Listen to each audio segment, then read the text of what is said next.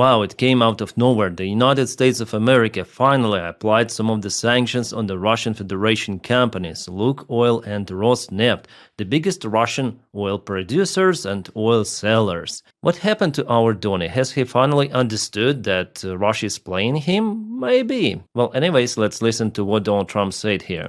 Well, I don't know that they will. I think that they'll certainly have an impact. They're massive sanctions. It's sanctions on oil.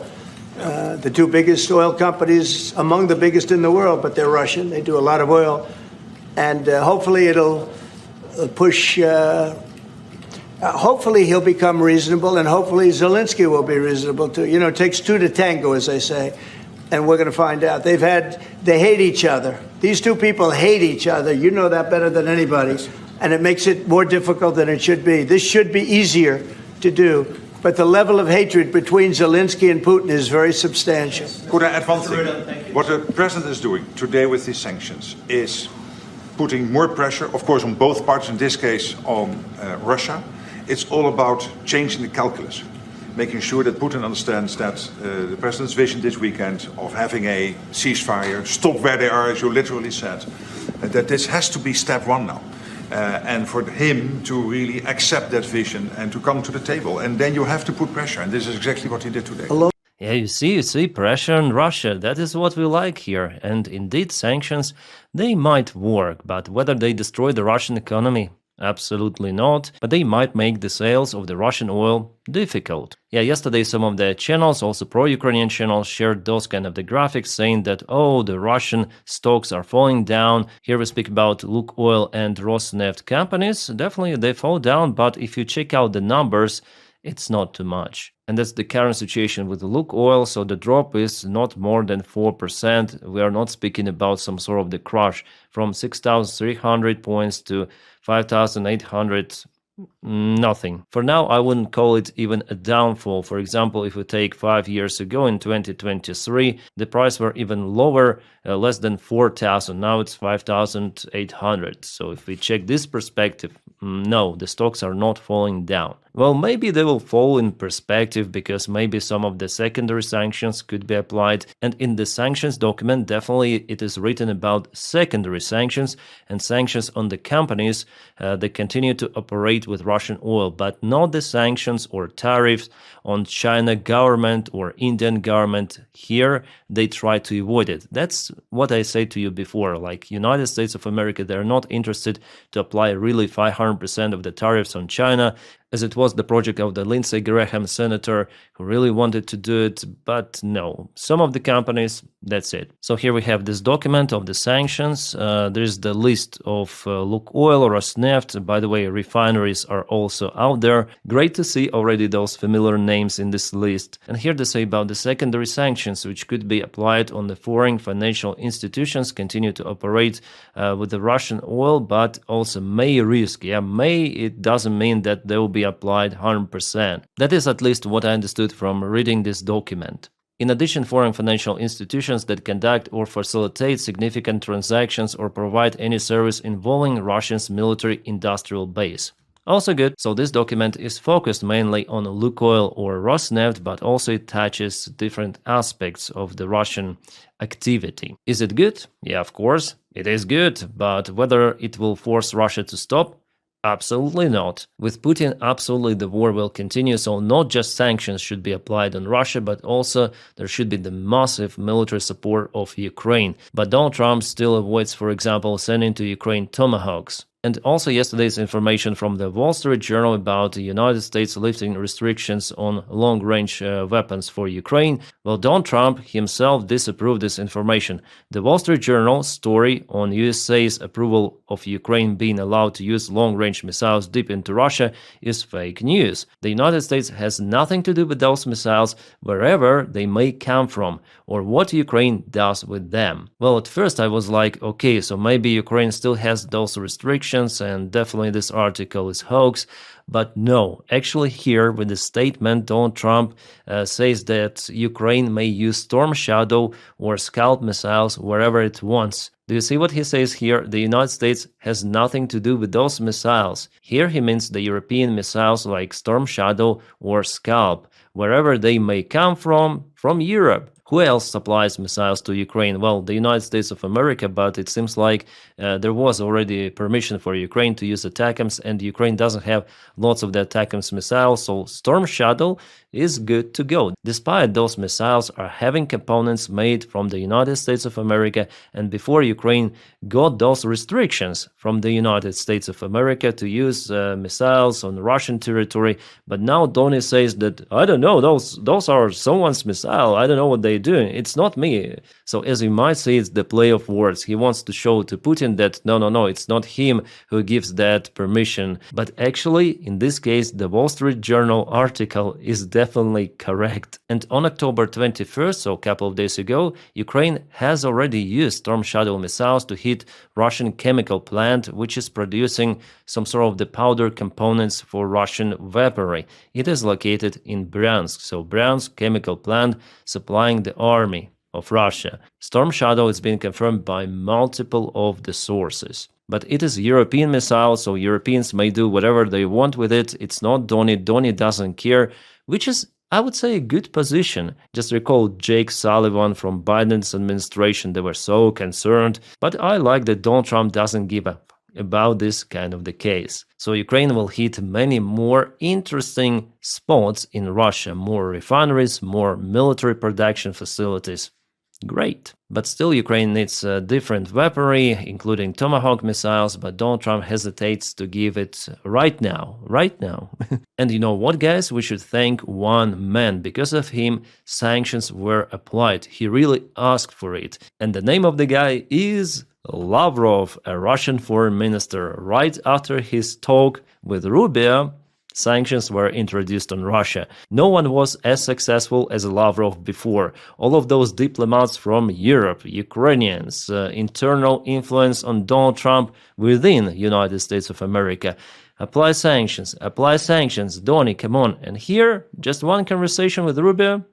Here you go. By the way, it is great that Rubio is now in charge of this topic and not Witkoff, because Witkoff is absolute crazy guy. Donald Trump himself in Israel said that Witkoff is not competent. Yeah, probably you know that kind of the speech. Witkoff is a realtor, he is my friend, but he knows nothing about Russia, he knows nothing about Ukraine, but at the same time he forced Zelensky to capitulate, and Zelensky wrote about it, and after that there was the twist. So Rubio is now in charge of this deal, so-called deal with Russia, but this deal is not possible, we know it. Russia understands just pressure, but the current pressure, again, even with those sanctions, it's not enough. There should be massive sanctions introduced, not just Lukoil or Rosneft. There should be way more sanctions. So after this conversation between Rubio and Lavrov, it was understandable for Donald Trump that Putin wants to continue the war. They want to occupy Donbass. Zelensky doesn't want to give Donbass to Russia. It is also understandable. Donald Trump actually tried to push Zelensky for this kind of the scenario because Donald Trump wants to finish this war. And for him, it doesn't really matter, okay, this part of the land there, this part of the land here, Donbass, who cares? But for Ukraine, it is very important, and I already told you why, because it's the most robust defense of Ukraine from entire front lines, and by giving this territory to Russia, you just giving the rest of Ukraine to Russia, because after Donbass, there are just open fields, few of the settlements for Russia to go straight to Dnipro, Kharkiv, and maybe next. And after the conversation, Lavrov said that there are Nazis in Ukraine, that Russia will continue to deoccupy the territory from Nazis, something like that. Plus, after that phone call, Russia started to bomb Ukrainian facilities. They aimed actually 2 of the kindergartens. Yesterday, one was hit in Kharkiv, the other one this morning in Kiev. Lots of the other infrastructure was hit, including private buildings, civilian losses. It's crazy. Plus, at the same day, Putin started his nuclear drills, launching one of the missiles towards the United States of America. Yeah, it didn't touch the United States, but it was flowing straight forward to Alaska, the place of the previous meeting between Donald Trump and Putin, some sort of the déjà vu. And for sure, American military spotted those missiles flying, and there was some sort of the alert about this thing from the early warning systems, and this signal was given to Donald Trump as well. So Donald Trump's ego personally was touched, because Putin openly humiliates Donald Trump. And even though we see how Trump really likes Putin, I mean personally, and doesn't like Zelensky, but he's forced to help Ukraine now because his best friend Putin, humiliates him openly. And ego, after all, is more important for Donald Trump than his relations with Putin. So in a way, Trump is forced to apply those sanctions on Russia because he has to react. People would not understand. 2 weeks, then 2 weeks, maybe you are too weak, Donny. Well, I think that in terms of honesty, the only thing I can say is every time I speak with Vladimir, I have good conversations, and then they don't go anywhere. They just don't go anywhere. So in that sense, but he explains here why he canceled the meeting with Putin in Budapest. Yeah, nice one. So finally Putin managed to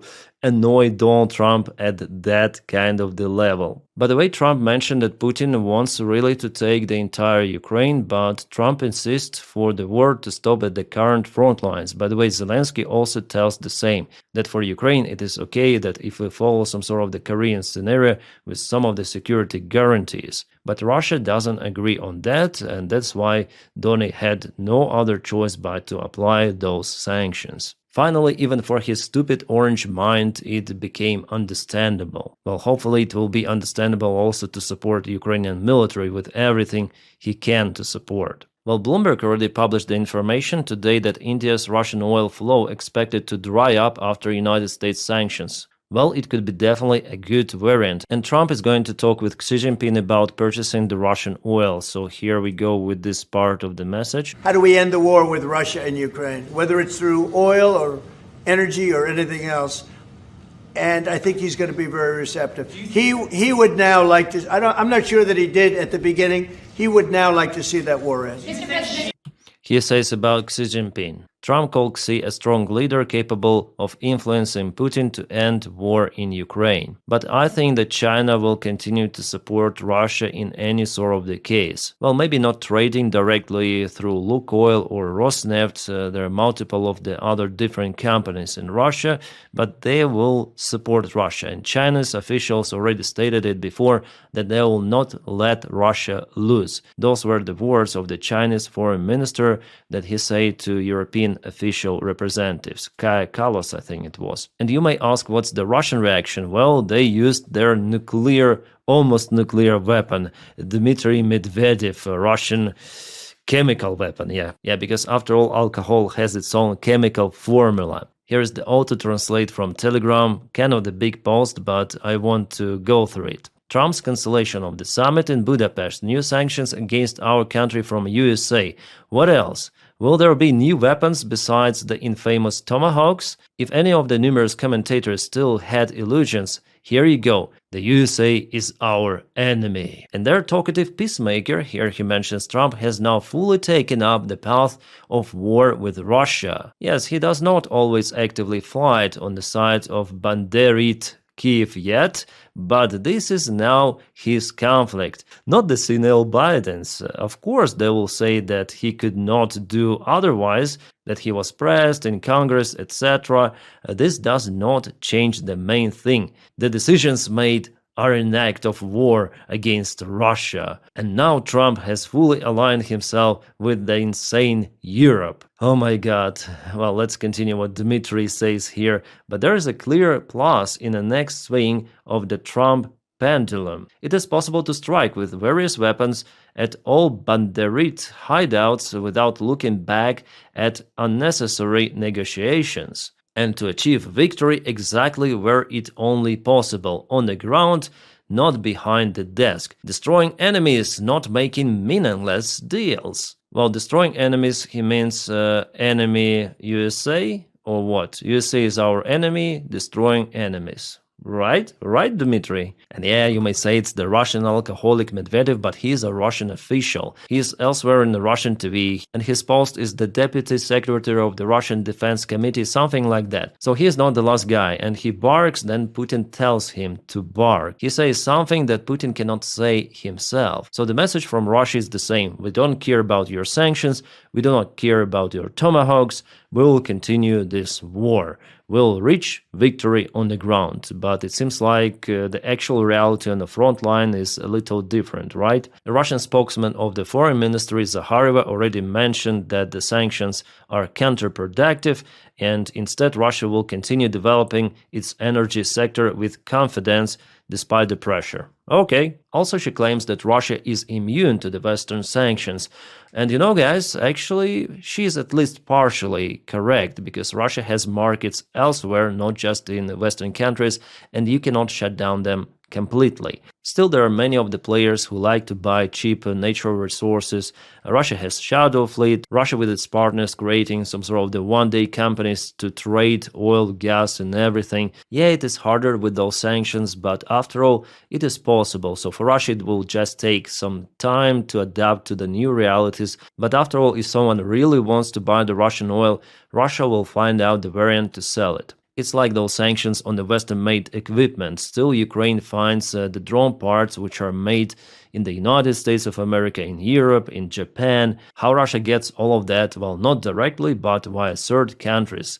Germany, France, and other countries, they somehow start to export more goods and tech goods to Kyrgyzstan, Kazakhstan, maybe Turkey. Why? Well, you know the answer why. With oil, it's the same story. Top corporate managers, they're greedy, and it's very hard to cut those supply connections that continue to feed the Russian economy. So we'll see how it goes with those oil sanctions, but I don't think that they'll really force Russia to stop the war. And we have the great news from the European Union. It applied the 19th package of sanctions against Russia. It includes ban on imports, restrictions on movements of Russian diplomats, sanctions against those involved in deportation of Ukrainian children, penalties against the shadow fleet, new sanctions targeting Russian banks, and 100 foreign flagged tankers carrying Russian oil. Great! And Zelensky is now on a visit to Brussels, I guess. So very bad day for Russia, absolutely. And we have some of the update about Gripen jets that Ukraine will start to obtain probably in 3 years around.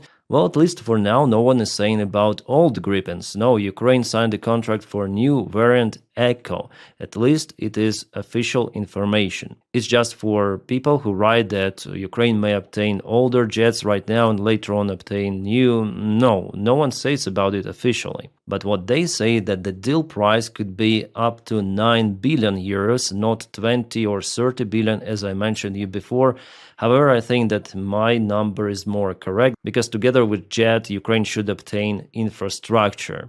Weapons, training, maintenance, spare parts, everything of that is very, very expensive. Maybe even more expensive than the jets themselves. Just imagine, maintain 100 of the airplanes. Crazy. But the good thing that proposal from Sweden is to use the confiscated Russian assets, which are not yet being confiscated, and mostly they're located in banks of Brussels. Now Europeans want to confiscate those. There are active talks ongoing, but actually Belgium may be even against it. Well, at least for now, their bureaucrats are saying that we will not bear all of the responsibility for this confiscation because Russia may go to the court against especially Belgium and Brussels.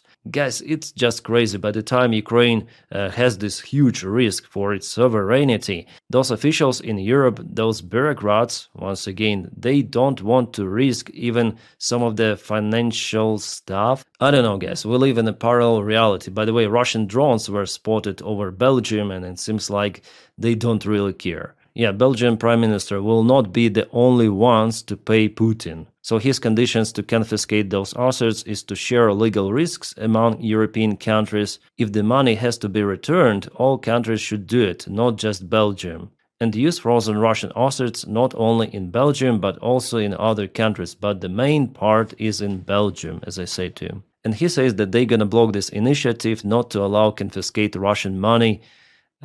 Okay. So the destiny of Ukrainian support, Ukrainian military lies in the hands of those kind of the stupid suit-wearing clerics with watches that worth tens or maybe hundreds of thousands of dollars or euros in this case. Yeah, guys, I just hate those bureaucrats and officials, especially in Europe. And because of those idiots, Ukraine doesn't have enough military support. Well, fuck them. Ukraine will still defend itself against Russia. And luckily we have support from normal, usual people from all around the world. They're purchasing drones, vehicles, everything. Guys, without normal people, Ukraine would have been occupied mainly by Russia a long time ago, without those FPV drones and etc, etc, etc. My friends, thank you so much for your kind support, especially on Patreon and membership of the channel. Without your support, my job is simply not possible. Thanks for you, I am filming more, so expect one more video upload today in a few hours dedicated to the situation in Ukraine, front lines and other news. Now I wish you all a peaceful sky wherever you are and have a great time.